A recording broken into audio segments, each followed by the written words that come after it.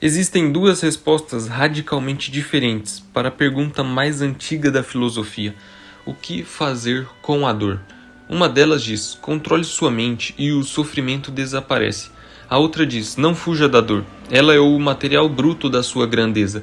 De um lado, os estoicos, Sêneca, Epicteto, Marco Aurélio, homens que enfrentaram o exílio, a escravidão, a gestão de um império, e concluíram que a paz mental é uma questão de disciplina racional. De outro lado, o filósofo alemão, doente, solitário, praticamente cego, que passou a vida inteira sofrendo e que decidiu que isso era exatamente o ponto, Friedrich Nietzsche.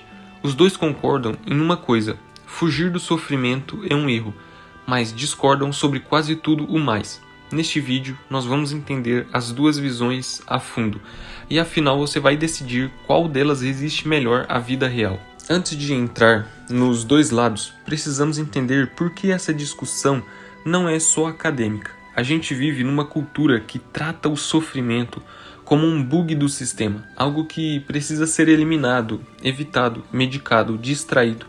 Se você está sofrendo, a resposta padrão para a sociedade moderna é: isso não deveria estar acontecendo, conserte isso.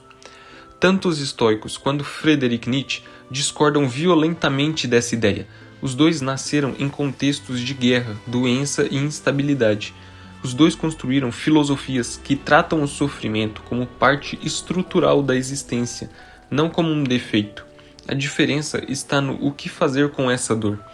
Depois de aceitar que ela vai acontecer, é aí que as duas tradições se separam completamente.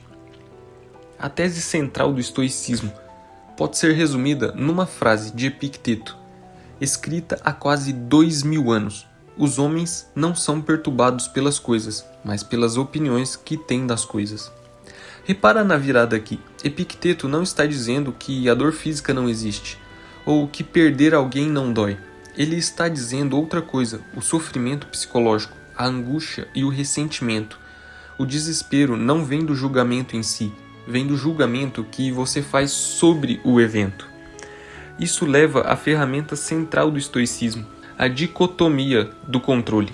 Existem duas categorias de coisas no mundo.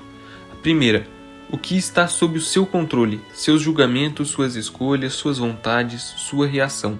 E a segunda, o que não está sob o seu controle, a opinião dos outros, o clima, a morte, o comportamento alheio, o resultado final de quase tudo que você faz.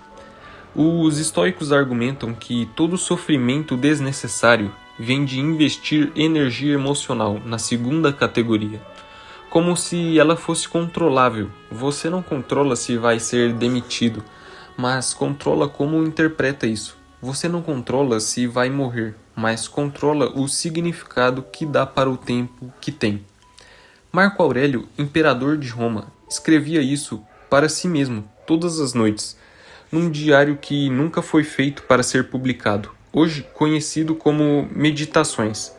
Numa das passagens mais citadas, ele escreve algo equivalente: o obstáculo no caminho se torna o caminho. Ou seja, aquilo que parece te impedir de agir, quando reinterpretado, se torna o próprio material de ação. E tem uma prática estoica fundamental chamada premeditatio malorum, a premeditação dos males. Antes que uma viagem, Sêneca recomendava imaginar deliberadamente que o navio poderia afundar e que o dinheiro poderia ser roubado, que o plano poderia falhar, não por pessimismo, mas para retirar da desgraça o elemento de surpresa, que é o que mais amplifica o sofrimento. O objetivo final de tudo isso é um estado chamado ataraxia, uma tranquilidade racional, uma espécie de cidadela interior que nada externo consegue invadir. O sábio estoico ideal reage à morte do filho e à perda de uma moeda como a mesma serenidade. Não porque não sinta nada, mas porque entende que seu bem-estar não depende de nenhum dos dois eventos. Resumindo a posição estoica, o sofrimento é a maior parte de uma ilusão de julgamento. A cura é racional, reeducar a mente, para parar de sofrer por aquilo que não pode controlar. O sofrimento, segundo Nietzsche. Agora vem a virada.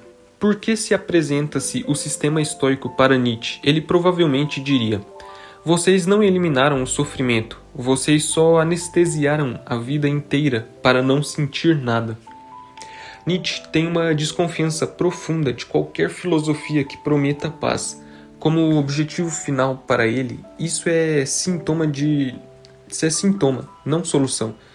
O sintoma de uma vontade fraca, cansada, que prefere a segurança da não perturbação, a intensidade real de existir. A posição de Nietzsche começa de um jeito completamente diferente. O sofrimento não é um erro de julgamento a ser corrigido. É o motor da criação de valor e da força. Em Crepúsculo dos Ídolos, ele escreve a frase que virou clichê de camiseta, mas que carrega um peso filosófico real. Aquilo que não mata me fortalece. A ideia não é que a dor seja boa para si só.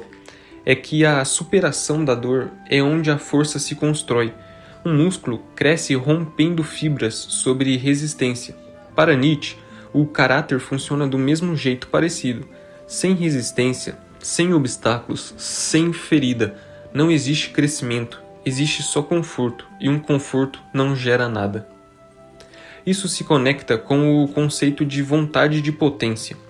Para Nietzsche, a força fundamental para tudo que vive não é buscar por prazer ou por ausência de dor. É a busca por expansão, superação, intensificação da própria existência. Evitar sofrimento constante, levado ao extremo, é justamente a antítese disso, é a filosofia de quem já desistiu de crescer. Talvez o conceito mais radical de Nietzsche sobre esse tema seja o amor fati, o amor ao destino. Ele não pede resignação, aceita a dor porque não há escolha, como fariam os estoicos. Ele pede algo muito mais extremo, querer que o sofrimento tenha acontecido exatamente como aconteceu, não tolerar amar. E ele testa isso como um experimento mental brutal, o eterno retorno. Imagine que um demônio... E ele testa isso como um experimento mental brutal, o eterno retorno. Imagine que um demônio te dissesse que você vai reviver essa vida exata, como cada dor, cada humilhação, cada perda, infinitas vezes, exatamente na mesma ordem. Você reagiria com horror, ou diria, sim, de novo? Para Nietzsche, essa é a pergunta que separa quem afirma a vida de quem só a suporta. Há ainda outras peças importantes em Genealogia da Moral.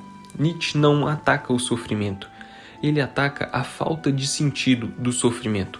A frase dele é praticamente essa: o problema nunca foi o sofrimento em si, foi o sofrimento sem propósito.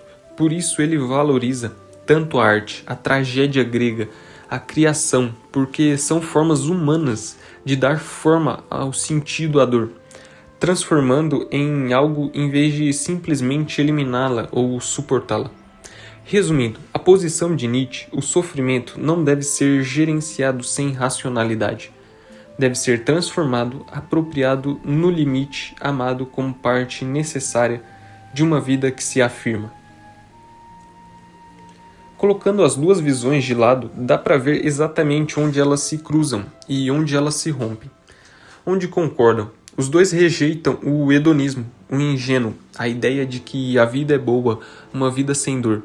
Os dois acham que fugir do sofrimento por reflexo é na prática uma forma de fraqueza, e os dois curiosamente chegam perto do conceito parecido da aceitação do destino, o amor fati, aliás, um termo que Nietzsche provavelmente herdou, ao menos em parte de tradições estoicas que ele tanto criticava.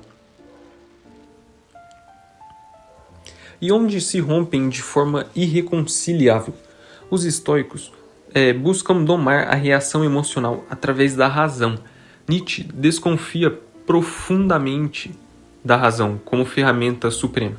Para ele, reprimir os instintos e as paixões, o nome da tranquilidade racional é na verdade, uma forma sofisticada de negar a vida, não de afirmá-la.